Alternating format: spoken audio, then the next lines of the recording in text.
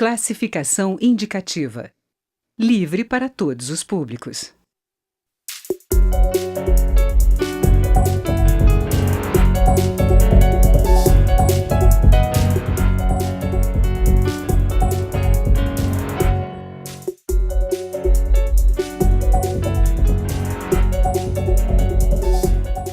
Olá!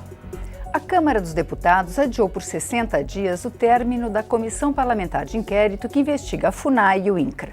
De acordo com o presidente da CPI, deputado Alceu Moreira, do PMDB do Rio Grande do Sul, o adiamento é necessário para a leitura e aprovação do relatório, que tem cerca de 1000 páginas.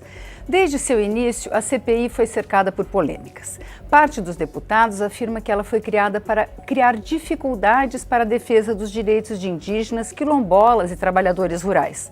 Para seus defensores, ela investiga o desvio de recursos públicos e irregularidades nas demarcações de terras indígenas, quilombolas e de reforma agrária. Junto com a prorrogação da CPI, chega a notícia de que foram demitidos 350 profissionais da FUNAI, inclusive com a extinção do órgão no Piauí. O Câmara Debate, da Rádio da TV Câmara, vai discutir essa polêmica com os deputados Dilceu Esperafico, do PP do Paraná, e Nilton Tato, do PT de São Paulo. Deputado Dilceu Esperafico, qual a conclusão que o senhor chega agora no fim dessa segunda CPI sobre a FUNAI? Bem, é uma CPI que ela já vem se arrastando há muito tempo e está na hora de chegar ao seu final. Por isso que houve essa necessidade dessa prorrogação, para que nós pudéssemos realmente ler o relatório e fazer a sua votação. A prorrogação teve bastante apoio, mais de 236 votos favoráveis à prorrogação, e isso deu uma demonstração que realmente tem embasamento para isso. Agora, a CPI da FUNAI é um pouco controversa, como você falou aí, uns acham que é para prejudicar o índio, outros acham que é para regularizar. Não, na realidade, o que nós queremos é todo mundo, ninguém é contra o índio. O índio realmente é um cidadão brasileiro que precisa ter amparo, precisa ter condições de vida, etc. e tal. O que nós estamos analisando é que em algumas demarcações de áreas indígenas estão prejudicando os próprios agricultores brasileiros, pequenos agricultores. Na minha região de Guaíra, no oeste do Paraná, áreas onde de 5 hectares, 10 hectares, sendo demarcadas agora. Pessoas que estão lá com escritura há mais de 60 anos e não tinha índio em todo esse período lá. Então agora vieram alguns índios e houve o início de um estudo para uma demarcação. Então não é justo. Eu acho que nós temos terra no Brasil para distribuir quanta terra for necessária para todos os índios. Agora, não exatamente aquele pedaço que está na mão de um pequeno agricultor, que ninguém discorda. O pequeno agricultor é que hoje precisa de mais atenção, mais amparo.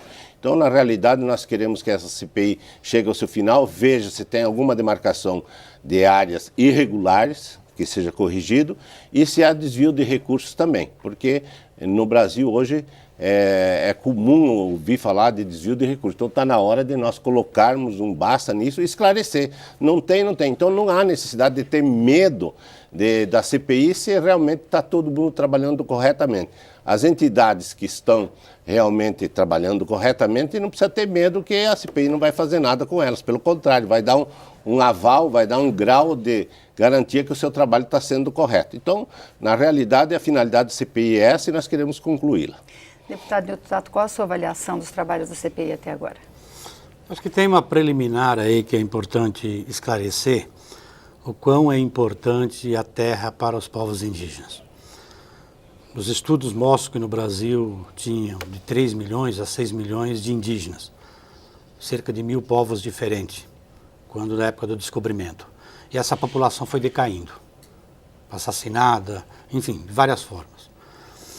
Há uns 40, 50 anos atrás, a sociedade brasileira começou a entender de que esses povos indígenas deveriam fazer parte da sociedade brasileira, estar no projeto de país, né, de nação do Brasil.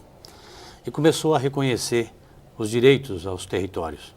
Está lá o caso, por exemplo, do Parque Indígena do Xingu, primeiro caso.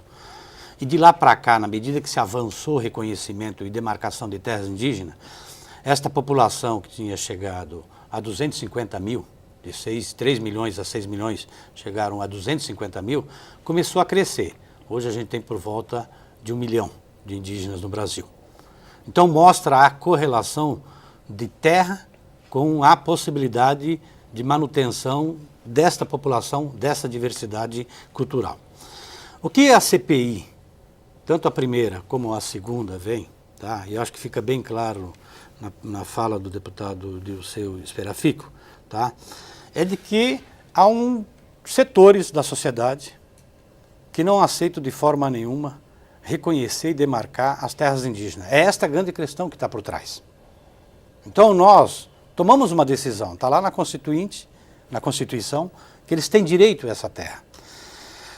Tem casos em que no passado o próprio Estado patrocinou a retirada dos indígenas dos seus territórios e, portanto, titulou, né, para colonos. Tem N casos, principalmente no Sul, no Sudeste, no Nordeste. Tá? Nestes casos, onde tem um erro do Estado lá atrás, a hora que o Estado precisa consertar e demarcar essas terras indígenas para os índios, que são população originária daquele local, tá? É justo que a gente busque um caminho para indenizar estes colonos lá atrás. Mas é isso que a gente deveria avançar na CPI da FUNAI e do INCRA. Pelo contrário, a CPI do INCRA e da FUNAI, ela vai numa rota de intimidar e criminalizar as organizações de apoio e que ajudam a organizar os indígenas na luta pelo direito à terra que eles têm. Tanto é que esta CPI, ela talvez seja a CPI mais judicializada de todas as CPIs da história dessa casa. Foram 7 liminares que foram dadas para a defesa de direitos e defesa de pessoas, que a CPI aprovou requerimentos de quebra de sigilo sem ter uma motivação concreta. Então, quando fala que de repente a CPI vai apurar se tem desvios, mas se você não tem nenhuma denúncia de desvio ali dentro, se você não tem um argumento concreto, é simplesmente quebrar por quebrar, porque quebrar o sigilo tem um significado político, mas você não tem um embasamento nesse requerimento para poder quebrar o sigilo. Imagina que ia se quebrar o sigilo da pastoral indígena da Igreja Católica, ou no bispo. Então, eu acho que a CPI estava indo por um caminho, que não é o caminho correto. Se o Brasil está atrasado para reconhecer e implementar os direitos indígenas, a CPI poderia trabalhar como é que vai aprimorar a FUNAI, como é que vai aprimorar o INCRA, né? Porque tem os quilombolas, tem os assentamentos, né? Mas a CPI não foi para esse caminho. A CPI não foi no sentido de tentar fazer uma radiografia, entendeu, da estrutura que está lá para implementar esta política pública para esse setor da sociedade, e ela não foi para isso. Ela foi com os requerimentos lá, entendeu, para criminalizar. Deputado Dirceu Esperafico, a CPI, ela pediu a quebra de sigilo e pediu e chamou para depor na CPI órgãos como o Conselho Missionário Indígena, ligado à Igreja Católica, a organização, o Instituto Socioambiental, da qual o deputado Newton Tato fez parte. Qual a intenção? Quer dizer, por que essas entidades estão sendo chamadas? Por que se achou necessário que elas estivessem participando? Bem, o autor desse requerimento deve ter feito uma explanação lá na CPI, exatamente. A finalidade é ver realmente se o recurso, a sua origem e a sua aplicação. Então não há muito... Por que há esse receio de poder mostrar as contas dos recursos que são aplicados nos indígenas? Aquilo que o Newton Tato falou, tem muita coisa correta. Por exemplo, falando dos agricultores que hoje estão na sua propriedade há 50, 60 anos, tem oriundos da Alemanha, no Rio Grande do Sul, que estão há mais de 150 anos, seus antepassados, e agora foi demarcado uma área indígena. Eu acho que não é justo isso.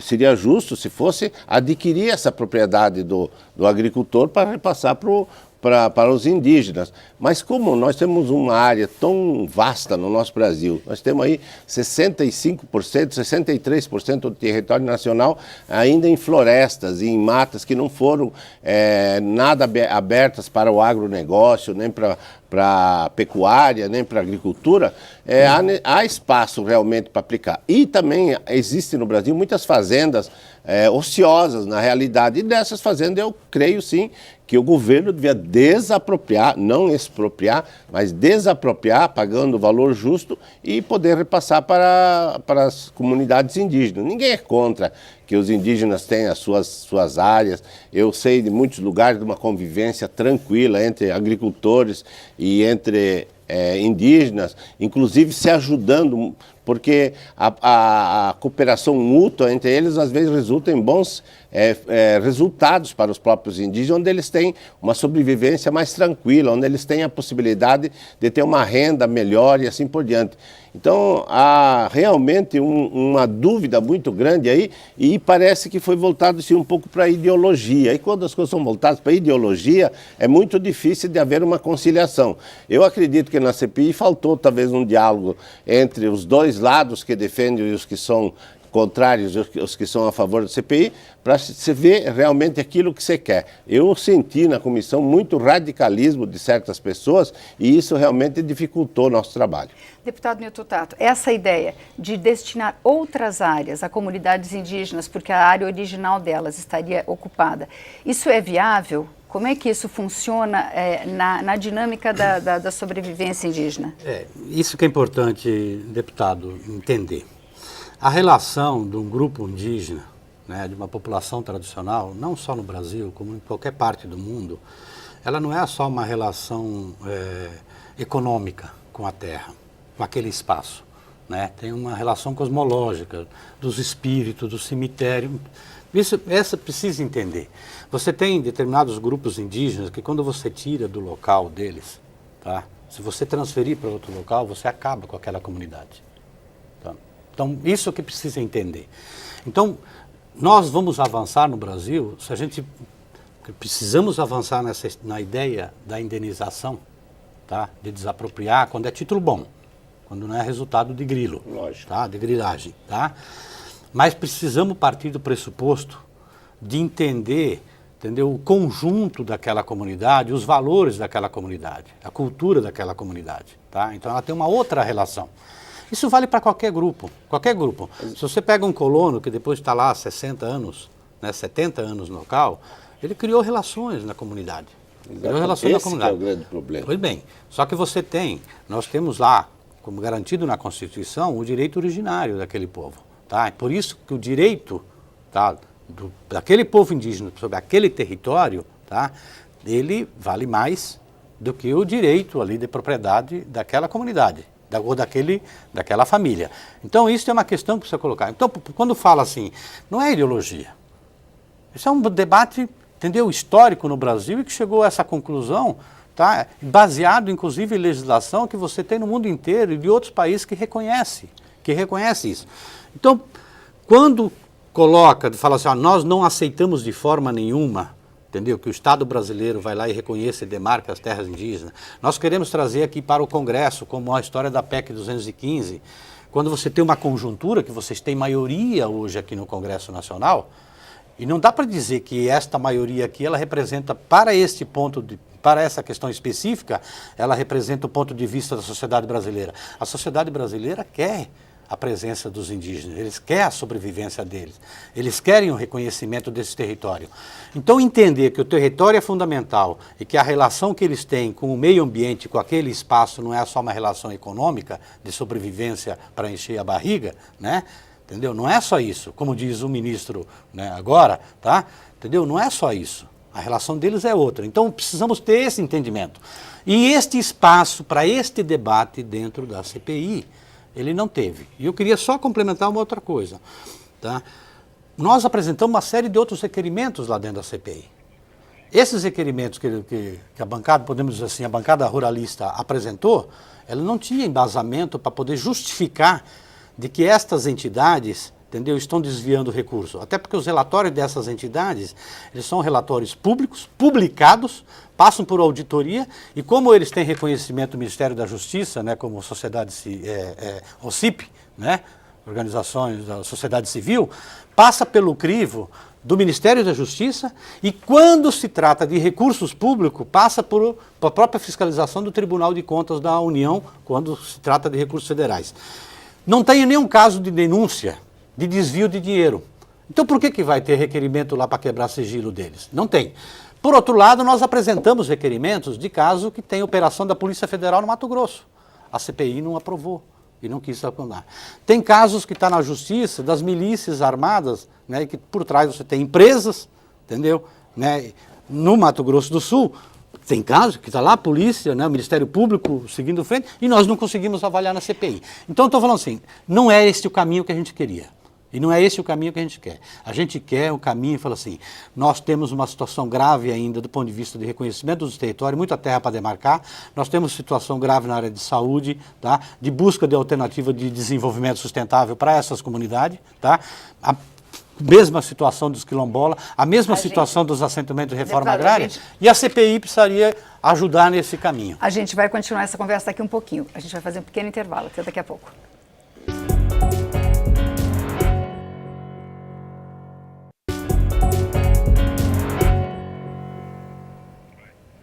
O Câmara Debate está de volta. Hoje nós estamos discutindo a CPI da FUNAI com os deputados Nilton Tato, do PT de São Paulo, e Dirceu Esperafico, do PP do Paraná. E a gente interrompeu quando o deputado Dirceu Esperafico queria discutir a questão da posse de terra indígena. Bem, eu acho que o relato que o Nilton fez, ele tem o seu fundamento. Mas não é somente para o lado indígena que tem esse apego, essa posição. Por exemplo, tem famílias que estão nas propriedades desde há 150 anos, com seus antecessores. E esses índios que estão chegando aqui, nesse momento, eles são índios lá do Paraguai, da Bolívia, de outros lugares que não têm nada a ver com essa propriedade. Então, há necessidade, sim, de fazer uma triagem, há necessidade de fazer uma forma de selecionar, inclusive, esses indígenas que vêm para se ocupar. Eu olho muito a minha região, a região do oeste do Paraná, onde que há muitos anos existiam muito poucos índios, tem umas aldeias que foram criadas ultimamente e que vivem pacificamente, convivendo com todo mundo, em Diamante do Oeste, São Miguel do Iguaçu e assim por diante. Agora, na região de Terra Roxa, Guaíra e Palotina, começou a se demarcar metade dos territórios lá em áreas indígenas, onde que realmente não tem uma tradição, não tinha índio. E outra coisa, a Constituição, que foi muito bem clara, a Constituinte de 88 falou bem claro que o governo teria que demarcar todas as áreas, a gente tem um prazo de 5 anos para demarcar todas as áreas onde os índios tivessem posse da mesma.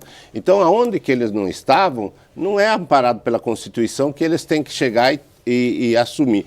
Mesmo que fosse no passado, não deles, porque ninguém vive mais do que 50, 80, 100 anos. Então, os antepassados deles pode ser que até estiveram aí. Mas se faz 150 anos que um agricultor, a sua família, seus filhos, seus netos vivem naquela propriedade, adquiriram ela legitimamente, e não acho justo que seja pura e simplesmente colocados eles na beira do asfalto e demarcar uma área indígena. Então, essas coisas que estão erradas. Então, acho que a FUNAI tinha que ter um caminho mais claro nas demarcações, tinha que ter uma forma mais justa de indenização e assim por diante. Eu não tenho certeza que o Nilton também concorda que se o agricultor está lá toda a vida, principalmente os pequenos agricultores, tem que ser indenizado para ser retirado daquela propriedade. E o direito constitucional é muito claro. A Constituinte de 88 falou o quê? O governo tem 5 anos para fazer as demarcações das áreas indígenas e o que não foi feito lá para cá está fora da lei, está sendo demarcado de uma forma irregular. A gente está falando da FUNAI o tempo todo, né? As diversas atribuições, o que a FUNAI deveria fazer. Agora acabou de ser anunciado um corte de 350 cargos na FUNAI, especificamente a área mais atingida é a área responsável por analisar grandes empreendimentos que atingem terras indígenas.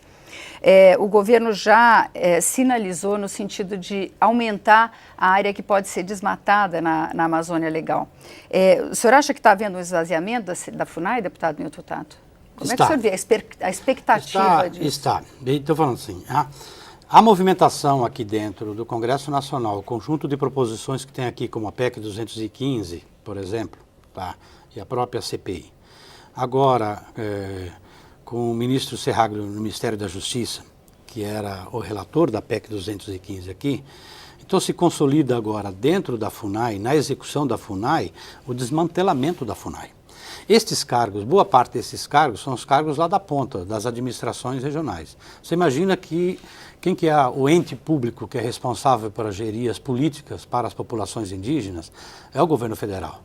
E daqui de Brasília, você imaginar como é que você vai administrar e você vai manter a relação do Estado, porque não é via município, não é via órgão do Estado, dos estados, né? É via o governo federal. Então você está fechando alguns escritórios lá na ponta. Tá? Então você está desmantelando lá na ponta esta relação direta para poder ter o contato, entendeu, com as populações indígenas em todas as políticas, saúde, educação, desenvolvimento de alternativas econômicas, enfim, todas as políticas que a FUNAI, que está sob a responsabilidade da FUNAI, e no caso da saúde, do Ministério da Saúde. Ao outro aspecto, tem um conflito muito grande que não é só com colonos. O grande conflito que está por trás, aí são os grandes empreendimentos, tá, que avançam para cima das terras indígenas, ou daquelas que os índios reivindicam como terra deles. Tá? Isso vale para os empreendimentos, tanto na agropecuária como de mineração. Se você tira e desestrutura um órgão dentro da FUNAI que vai fazer a avaliação do impacto sobre aquela população indígena, tá, é que você está abrindo caminho para desrespeitar, entendeu, toda a legislação que garante os direitos indígenas, tá? Portanto, que não vai passar por uma avaliação de qualquer impacto. E não só da legislação brasileira, mas da legislação internacional, que o Brasil também é signatário, portanto é legislação brasileira já, como por exemplo a Convenção 169 da Organização Internacional da OIT, Organização Internacional do Trabalho. O Brasil é signatário, portanto tem validade como lei aqui dentro. Tá? Então o que está acontecendo lá na FUNAI, tá, é um reflexo dessa conjuntura. CPI, mais agora Serraglio como um representante da bancada ruralista, né, como presidente da FUNAI. O senhor estava falando das diversas coisas que a FUNAI não conseguiu realizar desde a Constituição de 88. O senhor acha que isso pode ser mais afetado ainda por esse corte? Como é que o senhor vê esse esvaziamento? Em primeiro lugar, a função de demarcar, ela tinha um prazo, isso não foi feito. Foi demarcado de 88 para cá muitas áreas, por exemplo, o próprio Xingu, outras áreas foram demarcadas. Deputado, mas não foram. Agora, aonde que não tinha assim uma evidência ou não tinha índios, não foram demarcados. Então agora eles estão procurando áreas para ir demarcando, onde que realmente não existe ninguém em cima da propriedade. Eu acho isso errado, porque se a comunidade indígena está aí tudo bem. Outra coisa, a Constituinte também prevê que não pode ser ampliadas as áreas que já foram demarcadas e não está sendo respeitado isso. A FUNAI está procurando ampliar. Você tem uma área aqui, quer ampliar com o vizinho, com outro vizinho, para que a área seja maior. Eu acho que nós estamos fazendo uma guerra desnecessária. O Brasil quer o índio, o Brasil quer o agricultor, precisa do índio, precisa do agricultor.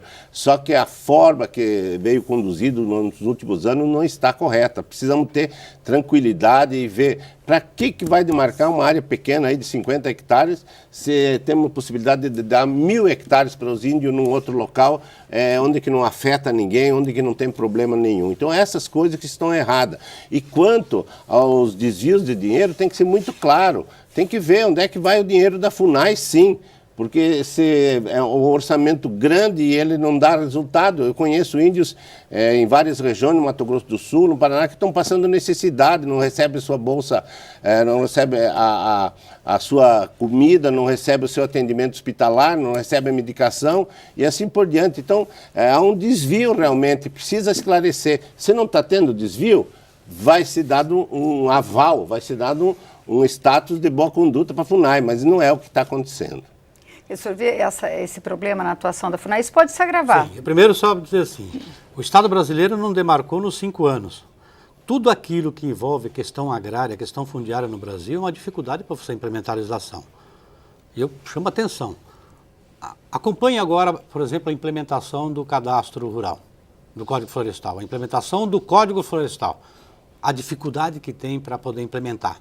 Então, tudo aquilo que é questão fundiária, eu digo para assim, vocês têm uma força enorme para poder segurar a implementação desses direitos. Está aí a explicação, inclusive, do porquê que em 5 anos o Estado brasileiro não teve condições de demarcar todas as terras indígenas. E tem uma fila grande ainda para demarcar, tem uma fila grande. Tá? A outra, com relação à CPI da FUNAI, eu queria também, quando fala assim, tem que apurar se tem, como é que foi aplicado o dinheiro da FUNAI, aí a gente sabe que lá na área da saúde, você tem uma entidade que recebe milhões, a gente coloca o requerimento, ele não é aprovado. Você sabe que às vezes tem desvio, por exemplo, nos fretamentos aéreos, na área da saúde. A gente coloca o requerimento, ele não é aprovado.